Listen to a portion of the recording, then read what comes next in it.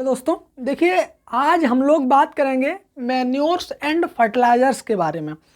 Manures and fertiliser, इसके लिए हम आपको थोड़ा सा बता दें, ये जो क्लासेस हैं वह आपकी 6th सेमेस्टर के लिए एक जो 5th डीन कमेटी के अनुसार जो भी सिलेबस रखा गया है उसमें एक टाइटल आता है सॉइल साइंस के अंतर्गत मैन्योर्स एंड फर्टिलाइज़र्स का। तो उसके बारे में हम लोग बात करेंगे। आपके CSJMU के द्वारा जो भी आपके परीक्षा होनी है या जो भी आपका एग्ज़ाम होना है उसके लिए 6th सेमेस्टर वालों के लिए इसमें जो है आपका पूरा का पूरा सिलेबस पढ़ाया जाएगा। कोशिश करेंगे कि आपका पूरा सिलेबस कंप्लीट कराया जा सके, ठीक है। देखिए बात करते हैं मैन्योर्स एंड फर्टिलाइज़र के बारे में। मैन्योर एंड फर्टिलाइज़र के बारे में थोड़ी सी बात करते हैं। जैसे सबसे पहले जानते हैं मैन्योर क्या होता है, सबसे पहले जानते हैं मैन्योर क्या होता है और फर्टिलाइज़र क्या होता है, ठीक है। तो देखिए मैन्योर को हम हिंदी में कहते हैं खाद और फर्टिलाइज़र को हम हिंदी में कहते हैं उर्वरक। क्या कहते हैं? मैन्योर को हम हिंदी में कहते हैं खाद और फर्टिलाइज़र को हम हिंदी में कहते हैं उर्वरक, ठीक है। अब जो आपके खाद होती है वह क्या होती है? खाद आपका कोई भी प्लांट हो या फिर आपके कोई भी जानवर हो, एनिमल्स हो, ठीक है। एनी प्लांट या फिर आपका एनिमल्स, एनी प्लांट या फिर आपका एनिमल्स, उसका जो भी वेस्ट मटेरियल होता है, उसका जो भी वेस्ट मटेरियल होगा, जैसे चाहे आपका प्लांट हो सकता है या आपका एनिमल्स हो सकता है, ठीक है। प्लांट या एनिमल का कोई भी आपका वेस्ट मटेरियल क्या कहलाता है? खाद कहलाता है या फिर मैन्योर्स कहलाता है। जैसे फॉर एग्जांपल सीधी सी बात करते हैं, परिभाषा की बात नहीं करेंगे बिकॉज नहीं पूछी जाएगी, सीधा सा कॉन्सेप्ट पर जाते हैं कि जो भी आपके प्लांट होते हैं, फॉर एग्जांपल जैसे आपका प्लांट हो गया, प्लांट ने क्या किया, अपनी पत्तियों को जमीन पर गिराया, पत्तियों को जमीन पर गिराया और वह पत्तियां कुछ समय के बाद नमी में जैसे ही पहुंची और कुछ समय के बाद वह क्या होती हैं? डिकम्पोज होती हैं। जब वह डिकम्पोज होती हैं तो वह ऑर्गेनिक मैटर का निर्माण करती हैं। किसका? ऑर्गेनिक मैटर का, यानी कि कार्बनिक पदार्थ का निर्माण करती हैं, जो कि कहीं ना कहीं एक खाद होती है। क्या होती है? खाद होती है, जिसे हम लोग लीफ मैन्योर कह देते हैं। क्या कह देते हैं? जिसे हम लोग लीफ मैन्योर कह देते हैं, ठीक है। कहीं आपकी ग्रीन लीफ मैन्योर भी होती है, ठीक है, उसके बारे में ही बात कर लेंगे। ऐसे ही आपका एनिमल्स, या इसमें थोड़ा सा और बता दें, जैसे पत्ती हो गई, उसके अलावा जैसे आपकी सूखी हुई लकड़ी भी गिर जाती है, वह भी आपकी एक मैन्योर का काम करती है, ठीक है। इसके अलावा जैसे आपका एनिमल्स हो गए, एनिमल्स में एनिमल्स का जो भी एक्सक्रेटा होता है, उसका जो भी मलमूत्र होता है, वह सभी का सभी हम लोग क्या करते हैं? एक गड्ढे में एकत्र करते रहते हैं। क्या करते रहते हैं? एक गड्ढे में एकत्र करते रहते हैं और उस एकत्र किए हुए गड्ढे में कुछ समय बाद हमें FYM प्राप्त होती है। क्या प्राप्त होती है? FYM, जिसका पूरा नाम होता है farmyard manure. Farmyard manure, जिसे हम लोग हिंदी में कहते हैं गोबर की खाद। क्या कहते हैं? जिसे हम लोग हिंदी में कहते हैं गोबर की खाद। और गोबर की खाद में सीधा सीधा क्वेश्चन पूछा जाता है कि गोबर की खाद में कितने % नाइट्रोजन, फास्फोरस और पोटास पाया जाता है। तो गोबर की खाद में 58, 54 और 58, यानी कि 0.5% नाइट्रोजन, 0.25% फास्फोरस और 0.5% आपका पोटास पाया जाता है। क्या पाया जाता है?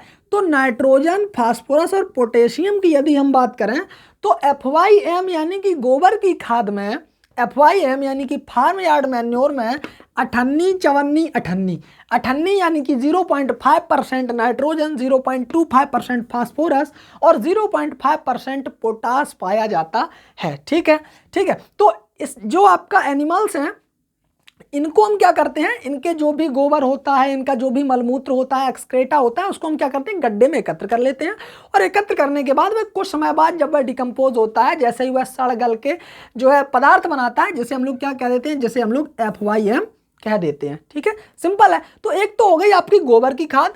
तो ये जो है आपके कई प्रकार की खादें होती हैं। जैसे फॉर एग्जाम्पल, जैसे एक तो हो गई आपकी FYM, दूसरी हो गई आपकी वर्मी कंपोस्ट, जैसे केंचुए की खाद जिसे हम लोग बोल देते हैं। क्या कह देते हैं? जिसे हम लोग केंचुए की खाद बोल देते हैं। इसके अलावा जैसे जो आपकी भेड़ होती है या फिर बकरी होती है, इसकी जो मैगनी होती है, मैगनी मतलब जिसे हम लोग अपनी देहाती या रूरल भाषा में हम लोग इसे लैंडी भी कह देते हैं, तो जो मैगनी होती है उसकी भी खाद बनाई जाती है। ठीक है, तो ऐसी खादें कई प्रकार की होती हैं। क्वेश्चन पूछा जाता है कि मैन्योर एंड फर्टिलाइजर में अंतर क्या होता है। जब पेपर डिस्क्रिप्टिव आता था तो क्वेश्चन पूछा जाता था कि मैन्योर एंड फर्टिलाइजर में क्या अंतर होता है, what did you difference between manure and fertiliser. तो लेकिन अब क्या है, थोड़ा सा इसका पैटर्न चेंज हो गया है। अब जो है यह आपका कैसा आना है, ऑब्जेक्टिव आना है। ऑब्जेक्टिव भले ही आपका पेपर आएगा, लेकिन जब आपका कॉन्सेप्ट क्लियर होगा तभी तो आपका चीज़ें बिल्कुल समझ में आएंगी। ठीक है, तो यदि आप कहेंगे तो हम उसका जो है ऑब्जेक्टिव पेपर भी बना के दे देंगे, लेकिन पहले इसको थोड़ा सा समझने का प्रयास करिए, क्योंकि कॉन्सेप्ट क्लियर होगा तो चीज़ें आसानी से क्लियर हो जाएंगी। ठीक है, मैन्योर्स में आपका हो गया, जैसे मैन्योर्स में अंतर पूछा जाता है, सीधा सीधा अंतर होता है। पहला अंतर मैन्योर का होता है कि मैन्योर जो है वह किसी भी कारखाने में नहीं बनाए जाते हैं, यानी कि किसी भी लेबोरेटरी में नहीं बनाए जाते हैं। क्या, किसी भी लेबोरेटरी में मैन्योर नहीं बनाए जाते हैं। फर्टिलाइज़र जो होते हैं वह सभी के सभी आपके लेबोरेटरी में ही बनाए जाते हैं। इसके लिए एक लेबोरेटरी की आवश्यकता होती है, बिकॉज ये सभी केमिकल्स होते हैं। ये क्या होते हैं, जो फर्टिलाइज़र होते हैं वो सभी क्या होते हैं, ये सभी केमिकल्स होते हैं, जबकि मैन्योर जो होता है यह केमिकल्स नहीं होते हैं। यह जो है आपके केमिकल्स नहीं होते हैं। ठीक है, मैन्योर को सीधा सीधा एक अंतर होता है इसमें, वह कौन सा होता है कि मैन्योर्स को हम लोग क्या करते हैं, बुआई के लगभग 15 से 30 दिन पहले, यानी कि बिफोर 1 मंथ, यानी कि 1 महीने पहले या 20 दिन पहले हम इसको दे देते हैं। क्यों, क्योंकि इसमें पाए जाने वाले जो आपके पोषक तत्व होते हैं, जैसे आपका नाइट्रोजन, फास्फोरस, पोटास है, आपने देखा होगा जैसे ही ग्रामीण अंचल में जो लोग होते हैं वह अपने खेत की जब बुआई करते हैं तो उससे लगभग 20 या 25 दिन या 1 महीने पहले ही गोबर की खाद को अपने खेत में डलवा देते हैं और उसको जो है फिर उसको मिलवा देते हैं। ठीक है, तो उसको क्या करते हैं, क्योंकि उसमें जो भी आपके माइक्रो न्यूट्रिएंट पाए जाते हैं या सूक्ष्म पोषक तत्व पाए जाते हैं उनको भूमि में मिलने के लिए थोड़ा सा समय चाहिए होता है।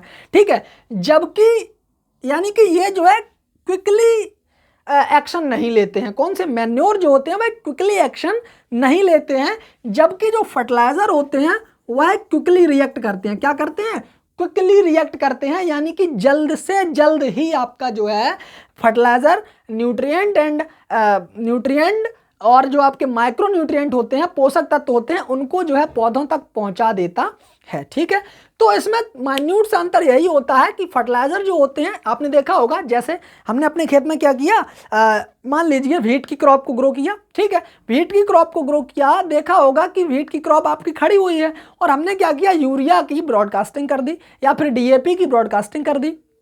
ब्रॉडकास्टिंग मतलब छिटकवा विधि से उसको जो है हमने डाल दिया। तो और जैसे ही हमने उसको डाला, सुबह हमने देखा कि उसका असर होना शुरू हो गया। लेकिन गोबर की खाद में ये सब चीज़ें नहीं होती हैं, यह जो है थोड़ा सा पहले दिया जाता है, तो ये जो है स्लो रिलीज होते हैं, क्विकली रिलीज नहीं होते हैं, जबकि ये जो है क्विकली रिएक्ट करते हैं। कौन से, फर्टिलाइजर। ठीक है, इतनी बात आप समझ गए होंगे। अब देखिए मैन्योर्स और फर्टिलाइजर में इसमें आपका एक और आता है बायो फर्टिलाइजर। तो बायो फर्टिलाइजर के बारे में अभी बात करेंगे और इसी सिलेबस में आपका न्यूट्रिएंट मैनेजमेंट भी है, तो न्यूट्रिएंट मैनेजमेंट में भी बात करेंगे। लगभग 3 या 4 वीडियो में आपका ये पूरा का पूरा जो है सिलेबस है वह कंप्लीट करवा देंगे सॉइल साइंस का। ठीक है, तो बने रहिए। यदि वीडियो आप देख रहे हैं और यदि अच्छी लग रही है, प्लीज़ वीडियो को एक बार लाइक कर दें, बिकॉज जितने भी पुराने हमारे जो भी साथी थे जुड़े रहे उनको अच्छा बेनिफिट मिला। तो यदि आप चैनल पर नए हैं तो प्लीज़ एक बार सब्सक्राइब कर लें। आगे बढ़ते हैं। सबसे पहले हम लोग बात करते हैं फर्टिलाइज़र के बारे में, उसके बाद बात करेंगे मैन्योर के बारे में, और उसके बाद मैन्योर और उसके बाद फिर बात करेंगे बायो फर्टिलाइज़र के बारे में। ठीक है, तो जैसे फॉर एग्जांपल हम लोग बात करते हैं किसके बारे में, बात करते हैं मैन्योर फर्टिलाइज़र के बारे में। ठीक है, पहले हम लोग बात करते हैं फर्टिलाइज़र्स के बारे में। उर्वरक क्या होते हैं, उर्वरक के बारे में बता ही दिया, सीधा सीधा हम लोग बात करते हैं। जैसे आपका एक होता है यूरिया, इसके बारे में कुछ फैक्ट हैं, समझ लेते हैं।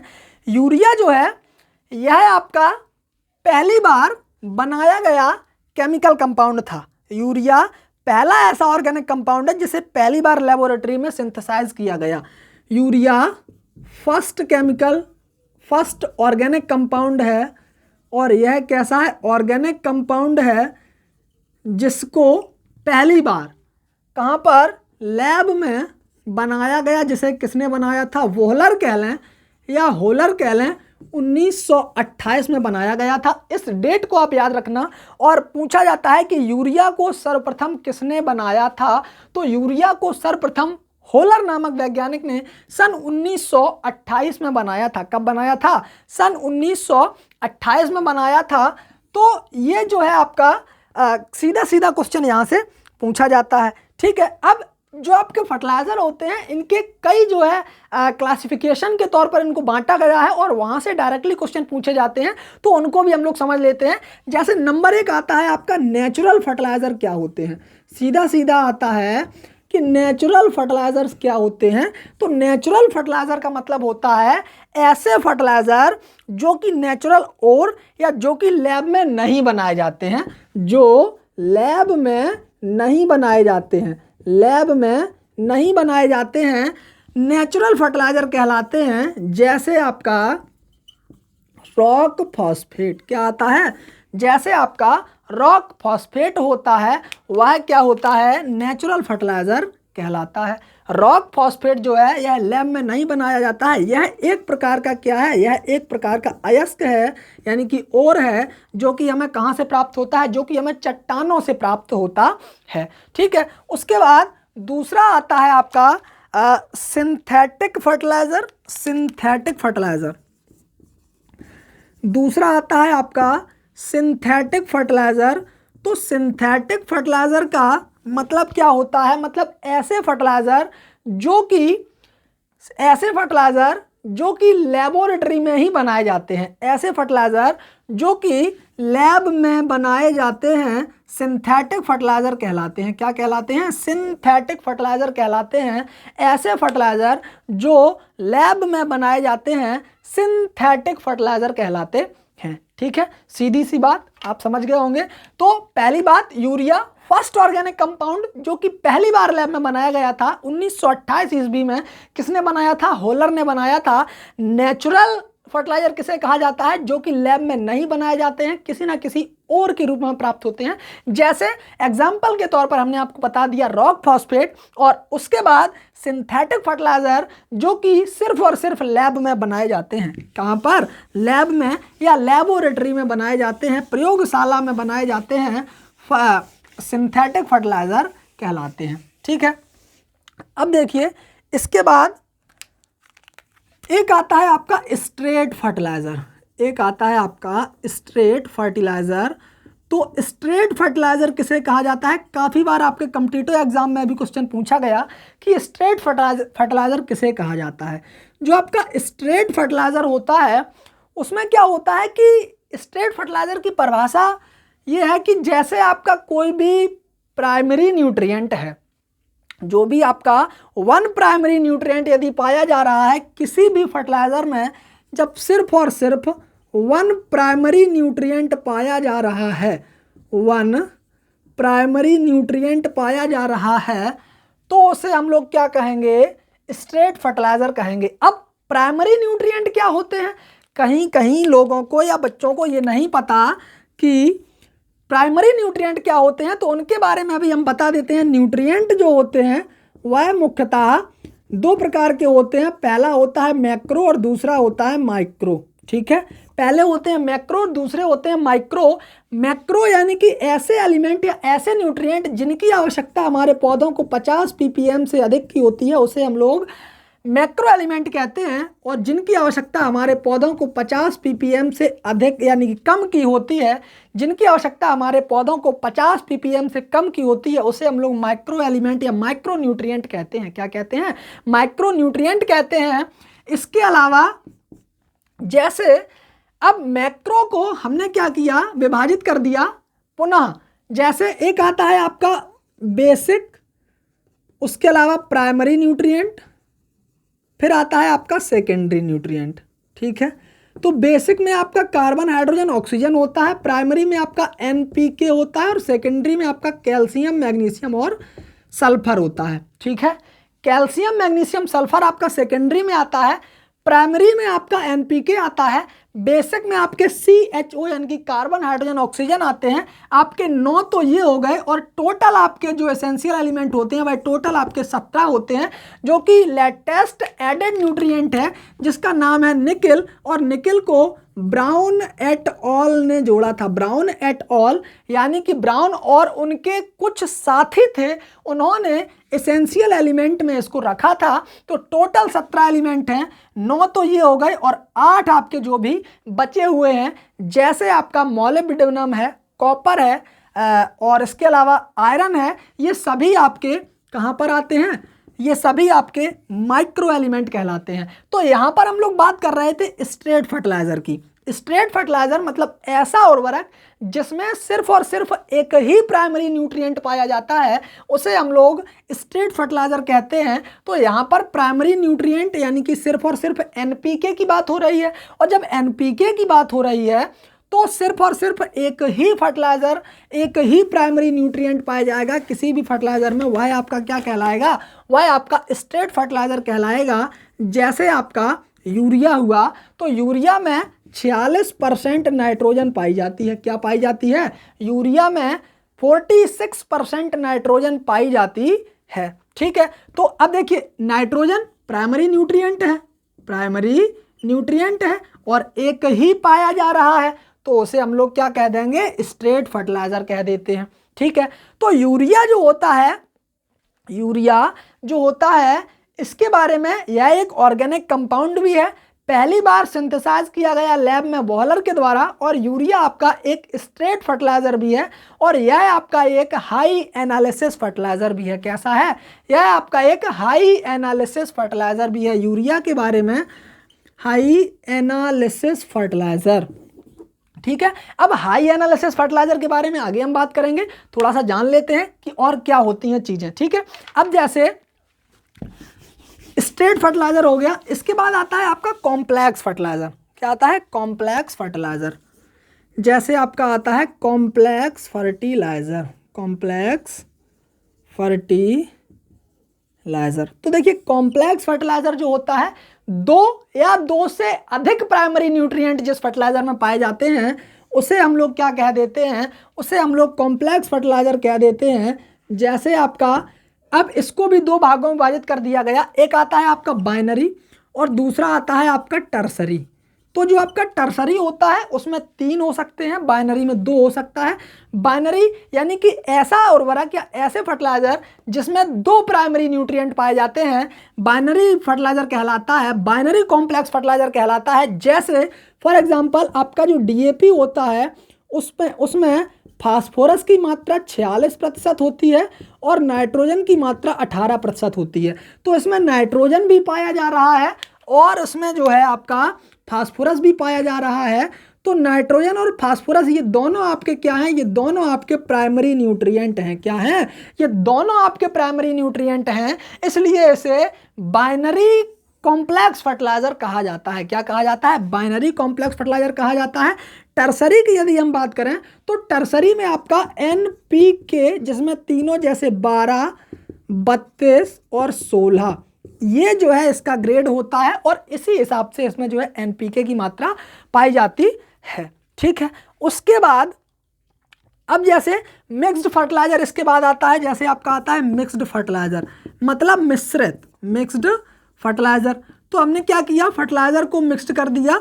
तो जैसे आपका हम क्या करें, यूरिया और DAP को मिला दें, यूरिया प्लस DAP को जब हम मिला देते हैं तो उसे हम लोग क्या देते हैं, मिक्स्ड फर्टिलाइजर, मिश्रित उर्वरक। पूछा जा सकता है कि मिश्रित उर्वरक किसे कहा जाता है, तो मिश्रित उर्वरक यूरिया और DAP को जब हम मिला देते हैं तो उसे मिक्स्ड फर्टिलाइजर या मिश्रित उर्वरक के नाम से जाना जाता है। ठीक है, अब देखिए अगला आता है आपका लो एनालिसिस फर्टिलाइजर और high analysis fertiliser.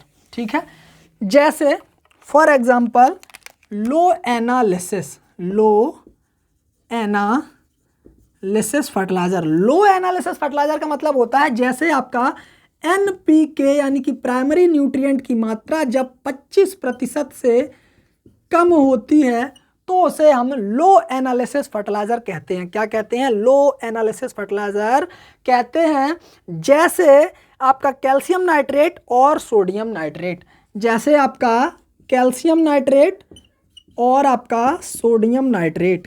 Calcium nitrate में नाइट्रोजन की मात्रा 15.5% होती है, 15.5% नाइट्रोजन पाया जाता है। और सोडियम नाइट्रेट में, कैल्शियम नाइट्रेट में 15.5% और सोडियम नाइट्रेट में 16% नाइट्रोजन पाया जाता है। इन चीज़ों को याद रखना, यहीं से क्वेश्चन आपके पुटअप होते हैं। ठीक है, तो कैल्शियम नाइट्रेट और सोडियम नाइट्रेट, कैल्शियम नाइट्रेट और सोडियम नाइट्रेट, इन चीज़ों को आप याद रखना। अब देखिए दोनों में 25% से प्राइमरी न्यूट्रिएंट की मात्रा कम है। प्राइमरी यानी कि जो सूक्ष्म पोषक तत्व हैं, प्राथमिक पोषक तत्व हैं, उनकी मात्रा 25% से कम है। इसीलिए इसे कहाँ पर रखा गया है? इसीलिए इसे लो एनालिसिस फर्टिलाइजर में रखा गया है। इसके बाद अगला आता है आपका हाई एनालिसिस फर्टिलाइजर। क्या आता है? High analysis fertiliser. High analysis fertiliser. High analysis fertiliser का मतलब होता है जब NPK की मात्रा 25% से अधिक होती है। जब NPK की मात्रा 25% से अधिक होती है उसे हम लोग क्या कह देते हैं? उसे हम लोग हाई एनालिसिस फर्टिलाइजर कह देते हैं। जैसे एक तो अभी हमने आपको बताया था यूरिया जिसमें 46% नाइट्रोजन होती है, तो देखिए 25% से ज़्यादा है। दूसरी चीज़ DAP जिसमें 46% फास्फोरस होता है, फास्फोरस यानी कि P2O5 होता है, और नाइट्रोजन की मात्रा भी 18% होती है। तो 46% प्राइमरी न्यूट्रिएंट 25% से ज़्यादा है और नाइट्रोजन भी आपका 25% से ज़्यादा है। तो ऐसी कंडीशन जब होती है तो उसे हम लोग हाई एनालिसिस फर्टिलाइजर में इंक्लूड करते हैं। कहाँ पर? हाई एनालिसिस फर्टिलाइजर में इंक्लूड करते हैं। ठीक है, तो ये हो गई आपकी। अब देखिए छोटी छोटी चीज़ें और हैं, जैसे पूछा जाता है कि एसिडिक फर्टिलाइज़र कौन से होते हैं? कौन से फर्टिलाइज़र एसिडिक फर्टिलाइज़र क्या होते हैं? तो देखिए एसिडिक फर्टिलाइज़र का मतलब होता है, एसिडिक फर्टिलाइज़र का मतलब होता है ऐसे फर्टिलाइज़र जिनको हम यदि अप्लाई करते हैं तो वह क्या करते हैं? पीएच को क्या करते हैं? कम कर देते हैं। पीएच को कम कर देते हैं, या भूमि को ही कहाँ पर पीएच को जो आपका भूमि है उसको क्या कर देते हैं? एसिडिक कर देते हैं। क्या कर देते हैं? उसको एसिडिक कर देते हैं। ठीक है, यानी कि हमारी मृदा को क्या कर देते हैं? अम्लीय कर देते हैं। ठीक है, उसके अलावा पूछा जाता है बेसिक उर्वरक के बारे में, बेसिक फर्टिलाइज़र के बारे में। तो बेसिक फर्टिलाइज़र का मतलब क्या होता है कि यह जो है, बेसिक फर्टिलाइज़र का मतलब क्या होता है? यह जो है आपकी मृदा को कैसा करेगा? क्षारीय करेगा, यानी कि बेसिक कर देता है। ठीक है, क्षारीय कर देता है। न्यूट्रल फर्टिलाइज़र किसे कहा जाता है? तो न्यूट्रल फर्टिलाइज़र ऐसे फर्टिलाइज़र जो ना तो पीएच को बढ़ाते हैं और ना ही घटाते हैं, यानी कि ना तो इंक्रीज करते हैं और ना ही डिक्रीज करते हैं, ऐसे आपके फर्टिलाइज़र न्यूट्रल फर्टिलाइज़र कहलाते हैं। ठीक है, ऐसे फर्टिलाइज़र आपके न्यूट्रल फर्टिलाइज़र कहलाते हैं। अब देखिए एक चीज़ हम आपको और बता दें कि जितने भी फर्टिलाइज़र आपके नाइट्रेट फर्टिलाइज़र होते हैं, जितने भी फर्टिलाइज़र आपके नाइट्रेट फर्टिलाइज़र होते हैं, वह सभी नेचर में कैसे होते हैं? बेसिक होते हैं। कैसे होते हैं? वह सभी नेचर में बेसिक फर्टिलाइज़र कहलाते हैं। और जितने भी आपके फर्टिलाइज़र अमोनिकल होते हैं वह सभी नेचर में आपके कैसे होते हैं? एसिडिक होते हैं। कैसे होते हैं?